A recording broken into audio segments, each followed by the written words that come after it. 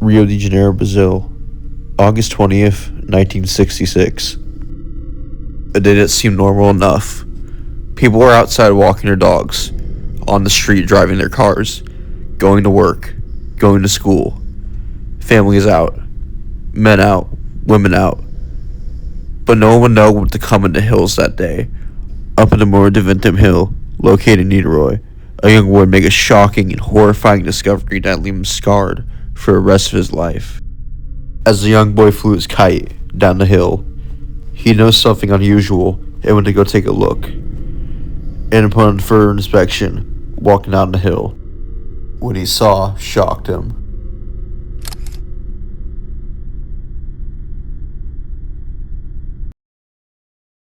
The bodies of two men, lying face up, both wearing lead eye masks. But why? Why exactly was this the case? It took the whole next day for the police to be able to reach the hill to reach the bodies of the two young men. The two young men were soon identified as Miguel Jose Viana and Manuel Pereira de Cruz. The two were a young pair of electronic technicians who were last seen by their families on August 17th, 1966. Even more strange is there were no signs of evident trauma or struggle during the death of them. Next to the corpses, the police found an empty water bottle and a packet containing 2 wet towels. A small notebook was also found. On it were written these cryptic instructions: 1630, be at the specified location. 1830, ingest capsules. After the effects, protect metal, await signal mask. No obvious injuries or signs of foul play were discovered at the autopsy, and due to the coroner's office being full, by the time the two young men got there, their internal organs were too decomposed to be examined. There are multiple theories as to what happened that day to the two young men, and why they died in such a mysterious way. One theory is UFOs. According to a friend of the men, the two were scientific spiritualists who were attempting to contact aliens and extraterrestrials and spirits using psychedelic drugs. Believing such an encounter would be by blinding light, the men wore a lead mask to shield their eyes from it. The two men then ultimately died of a simultaneous drug overdose.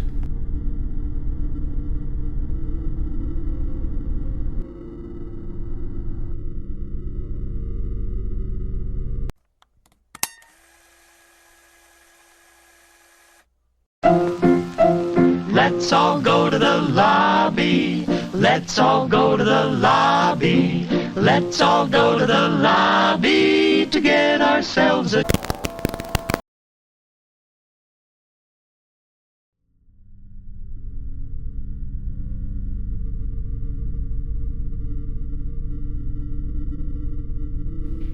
In 1959, a group is formed for a skiing expedition across the Soviet Union. Igor Dyatlov, a 23-year-old radio engineering student, rounded up and assembled 9 others for the trip, most of whom were his fellow peers and students from Ural Polytechnical Institute. The initial group consisted of 8 men and 2 women, but one later returned home due to health issues. Each person was a Grade 2 hiker and would be experiencing Grade 3 certification when they came back to their hometown. At the time, Grade 3 was the highest certification in the Soviet Union and would require candidates to travel over 300 kilometers, or 190 miles. On January 27th, they began their trek, but none of them would know they would not make it out alive.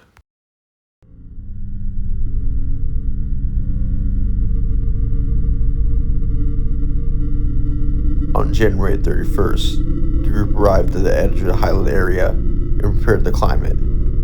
And in a wooded valley, they cached surplus food and equipment that would be used for the trek back.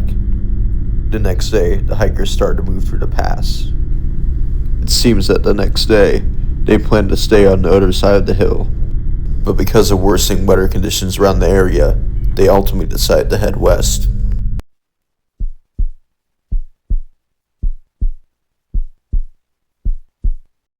The next day, the state the hikers were found in was undescribable.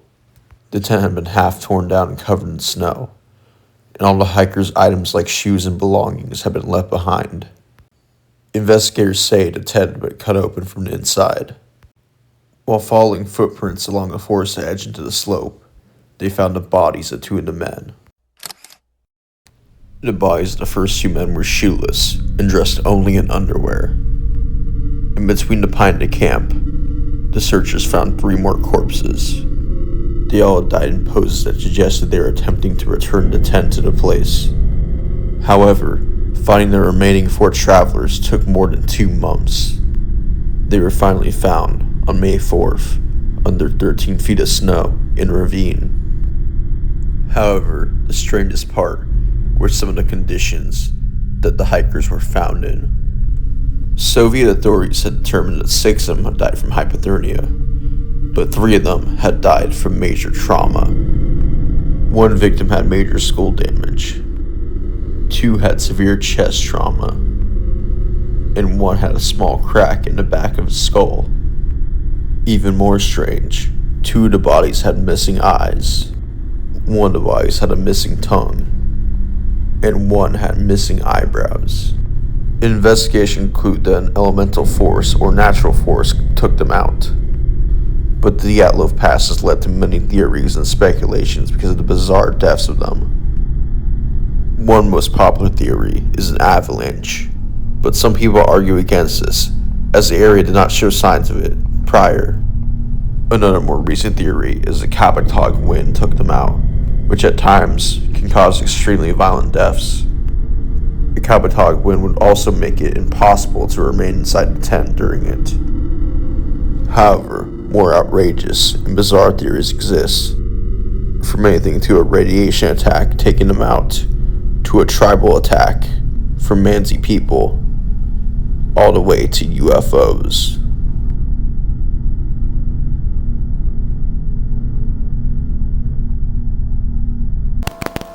Programming will not be seen tonight. A KTLA movie special. This is Channel 5, KTLA, Tribune Broadcasting in Los Angeles.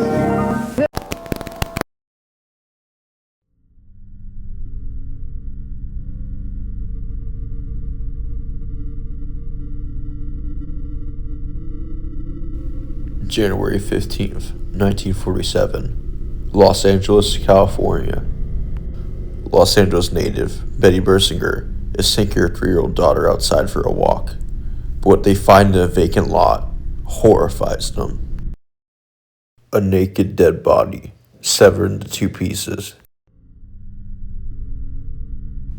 The body belonged to 22-year-old Elizabeth Short.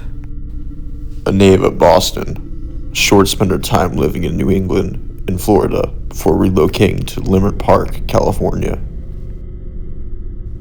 It is commonly speculated that she was an aspiring actress, although she had no credit or job at the time. In July of 1946, Short relocated to Los Angeles to visit an Army lieutenant, where she was last seen in the 6 months of her life, spending in Southern California.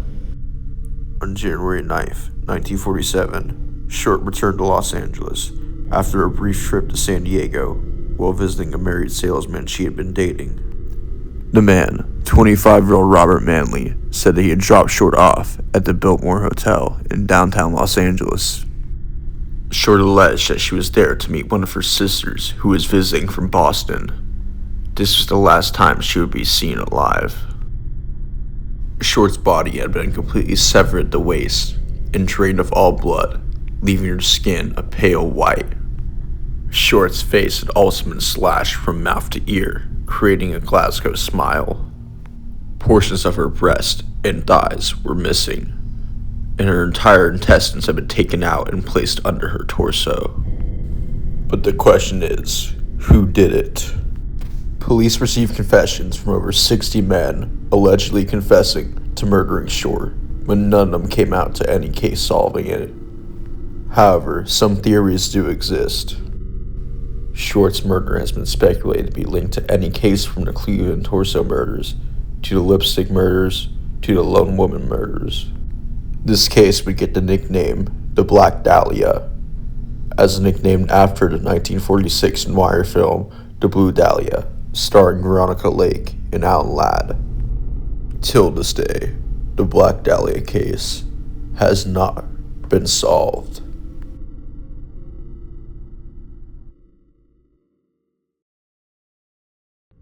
Well, there you have it, guys. 3 unsettling and unsolved cases from around the world. I hope you found this video interesting, maybe enjoyable, and I hope this video was worth your while and you enjoyed watching. I'm Vapor Break Chris. Until next time, peace out and see you guys. Oh, and by the way, one last thing. If you want to help out with the channel, do me a favor and click the like and subscribe button, as it greatly helps me to put out content like this for y'all and keep pushing it out. Thank you and good night.